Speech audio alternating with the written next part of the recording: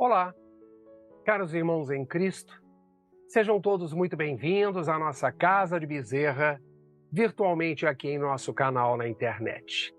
E aqui estamos, como sempre fazemos a cada semana, presentes para falar, sentir, refletir e nos harmonizar com o estudo do Evangelho de Jesus à luz da doutrina espírita. E como sempre solicitamos aos amigos espirituais desta casa, que continue nos intuindo, nos amparando nesse singelo trabalho de divulgação do Evangelho do Cristo. Reforço o convite, vamos nos permitir uma pausa para a reflexão e harmonização de nossas mentes e corações, sempre voltados para a luz que nos direciona ao bem. E qual é o nosso tema de hoje? Hoje eu quero falar com vocês sobre o chamado de Levi, que está no Evangelho de Marcos, capítulo 2, versículo 13 e 14. Reforço o convite, assista esse vídeo até o final para entender a mensagem. Nestes versículos, o evangelista Marcos assinala: E tornou a sair para a beira-mar, e toda a multidão ia até ele. E ele os ensinava. E ao passar, viu Levi, o filho de Alfeu, sentado na coletoria e disse-lhe: Segue-me. Ele se levantou e o seguiu. O chamado ou a vocação de Levi, mais conhecido como Mateus, que já fizemos vários estudos em outros vídeos, revela a chamada heterogeneidade do colégio apostolar de Jesus e a intenção do Mestre Jesus de não discriminar ninguém. Levi ou Mateus, filho de Alfeu, portanto irmão de Tiago menor, era um coletor de impostos. Profissão esta que era desprezada pelos judeus, porque eram agentes de César e tinham poder invasor na Palestina. E por ordem de Herodes Antipas, o imperador, ele estava alocado em Cafarnaum, uma cidade marítima no mar da Galileia, na Palestina.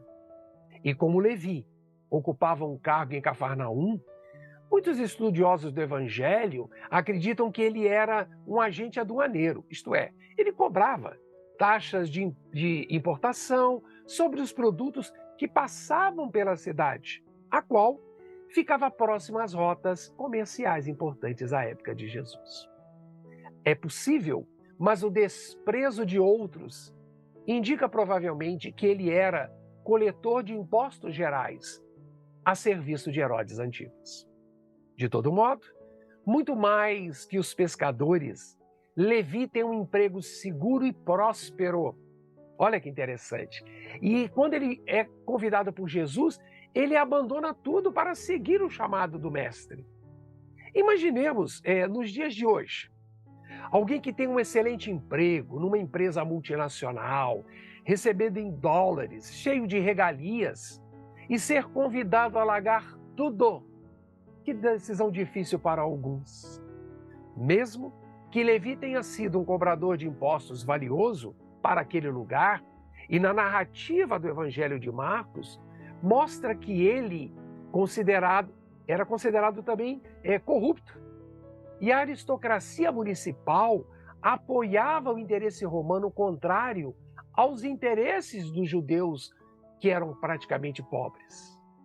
Muitos religiosos, lá do tempo de Jesus, desprezavam os coletores de impostos, vendo-os apenas como colaboradores dos romanos, ou até mesmo agentes das chamadas aristocracias opressoras aliadas a Roma. O fato de alguém exercer uma profissão desprezada, como no caso de Mateus, não significa que ele efetivamente era corrupto.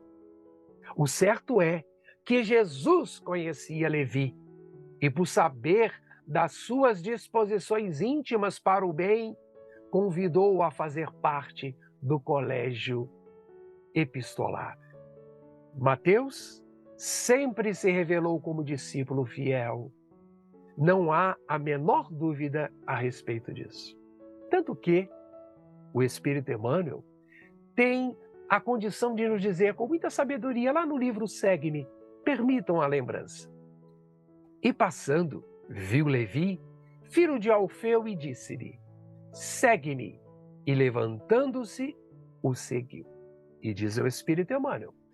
É interessante notar que por todos os recantos onde Jesus deixou o sinal de sua passagem, houve sempre grande movimentação no que se refere ao ato de levantar e seguir. André e Tiago deixam as redes para acompanhar o Salvador. Mateus levanta-se para segui-lo. Os paralíticos que retomam a saúde se erguem e andam. Lázaro atende-lhe o chamamento e levanta-se do sepulcro. Em dolorosas peregrinações e profundos esforços da vontade, Paulo de Tarso procura seguir o Mestre Divino entre as noites e sofrimentos, depois de haver levantado as portas de Damasco. E Emmanuel ainda nos diz: numerosos discípulos do Evangelho nos tempos apostólicos acordaram de sua noite de ilusões terrestres, ergueram-se para o serviço da redenção e demandaram os testemunhos santificados do trabalho e no sacrifício. Vejamos, irmãos, o dizer de Emmanuel, nessas palavras tão sábias, que constitui isso um acervo de grandes lições, muito claras a nós espíritas, aqueles que procuram de alguma forma nos últimos tempos seguir os passos de Jesus. E um grande número de seres irmãos nossos procuram adotar em seus trabalhos. Quantos de nós, lamentavelmente, a lei do menor esforço? Quantos esperam pela visita pessoal de Jesus, no conforto das suas poltronas acolhedoras? Outros fazem preces por intermédio de preces mentalizadas e decoradas. Porém, Jesus exige de nós, essa é a palavra mais adequada no nosso entender, um trabalho de esforço. Não precisamos aguardar intervenções sobrenaturais que venham dos céus os mensageiros do Cristo para cuidar do bem-estar da nossa vida. Nós temos que perguntar a nós mesmos: o que nós estamos fazendo? Como nós estamos seguindo o Mestre Jesus? Será que nós estamos apenas cultuando externamente ou nós estamos realmente ligados ao seu Evangelho? Isso é muito importante para que possamos levantar e nos renovar. Esse é o nosso tema. Nós precisamos sempre relembrar a sabedoria presente nas palavras comoventes, seja de Emmanuel, de tantos outros amigos espirituais, mas principalmente as palavras de Jesus. Vamos levantar e seguir. E estas são as reflexões para o nosso dia de hoje. Curta e comente se você gostou. Envie essa mensagem, faça com que ela chegue a mais pessoas. E para mais vídeos, siga o nosso perfil, caso você ainda não siga, do Centro Espírita Bezerra de Menezes no Estácio. Espero que tenhamos aproveitado esse momento e que possamos estar juntos na próxima semana. Eu aqui estarei, espero que vocês também estejam, aonde falaremos sobre o Evangelho de Jesus à luz da doutrina espírita. E reforço, se você gostou dessa mensagem de Jesus e acredita que ela fará sentido também para alguém, por favor, faça chegar a mais pessoas. E como sempre, desejo um fraterno abraço em todos. Fiquemos em paz e continuemos nos cuidando.